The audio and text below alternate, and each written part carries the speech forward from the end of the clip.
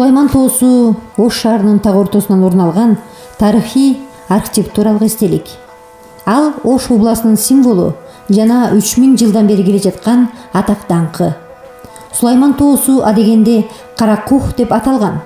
Кийинчерээк тоо этегине Сулайман пайгамбардын сөөгү коюлгандан кийин Сулайман тоо деп аталып калган.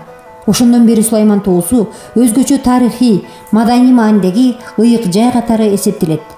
Азыркыга чейин жерлерден келгендер ата-бабалардын арбагына Куран окутушуп, бала көрбөгөн, уурган жана башка үмүт тилегин орундатууну каалагандар тоого атайын барышып сыйынып кетишет.